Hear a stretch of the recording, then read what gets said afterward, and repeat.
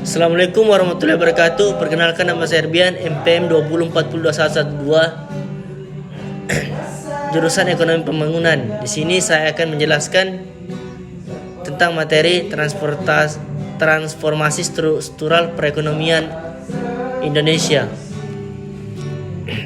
Baiklah, definisi secara umum. Transportasi struktural berarti suatu proses perubahan struktur perekonomian dari sektor pertanian ke sektor industri atau jasa dengan relasi positif antara pertumbuhan output dan produktivitas dinamis sebagai motor utama pergerakan pertumbuhan ekonomi, di mana masing-masing sektor akan mengambil proses transformasi yang berbeda-beda. Proses perubahan struktur ekonomi terkadang diartikan sebagai proses industrialisasi atau modernisasi. Pentingnya transformasi struktur untuk pengatasan kemiskinan. Pada dasarnya pembangunan ekonomi mempunyai 4 dimensi pokok. Yang pertama, pertumbuhan ekonomi. Yang kedua, penanggulangan kemiskinan. Yang ketiga, perubahan transformasi struktur ekonomi. Yang keempat, keberlanjutan pengguna dari masyarakat agrarisme jadi masyarakat industri. Transformasi struktural merupakan prasyarat dari peningkatan dan kesinambungan pertumbuhan dan keunggulan dan kemiskinan, sekaligus pendukung bagi kelanjutan pembangunan. Permasalahan struktural Indonesia. Minimnya SDM yang berkualitas, yang terutama disebabkan oleh masih lemahnya kinerja pendidikan berupa intelektualitas siswa di semua tingkatan maupun kualitas pendidikan itu sendiri. Keterbatasan infrastruktur baik fisik maupun non fisik. Kelemahan kerangka kelembagaan pembangunan ekonomi. Hakikatnya pembangunan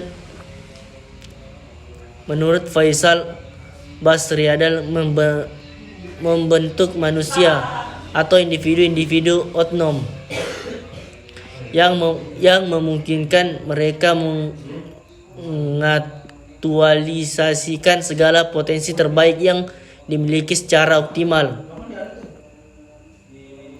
Proses pembangunan ekonomi yang cukup lama dan telah menghasilkan suatu pertumbuhan yang tinggi biasanya disusul dengan suatu perubahan dasar dalam struktur ekonomi. Proses perubahannya struktur perekonomian di Indonesia ditandai dengan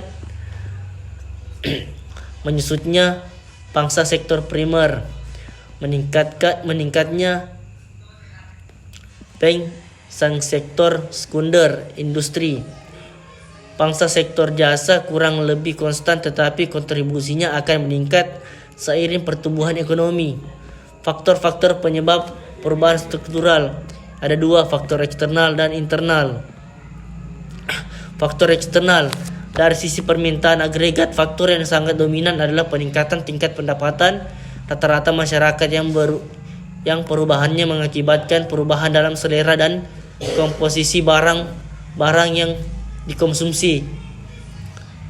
Yang kedua, dari sisi penawaran agregat, faktor utamanya adalah perubahan teknologi, yang penemuan bahan baku atau material baru untuk berproduksi yang memungkinkan untuk membuat barang-barang baru akibat realokasi dana, investasi serta sumber daya atau lainnya. Faktor-faktor penyebab perubahan struktural, faktor eksternal. Yang pertama, kemajuan teknologi yang mempertinggi produktivitas kegiatan ekonomi. Perubahan struktur perdagangan yang antara lain disebabkan oleh peningkatan pendapatan dunia dan dampak dari kebijakan mengenai perdagangan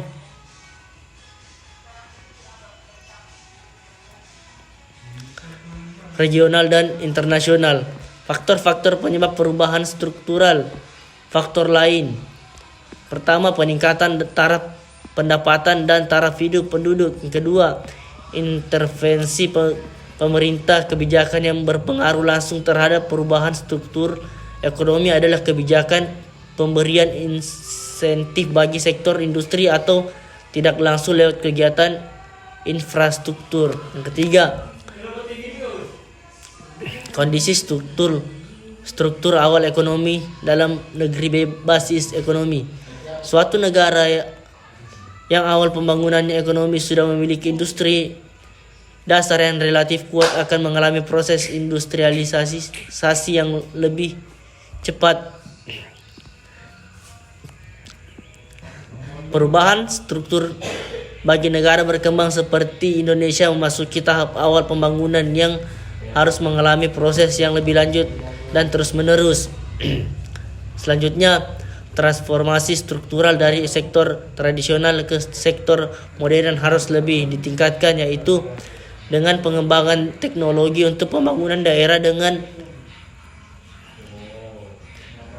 infrastruktur serta pemberdayaan SDA dan produktivitas SDM. Selanjutnya, dengan terciptanya pembangunan ekonomi yang berkesinambungan,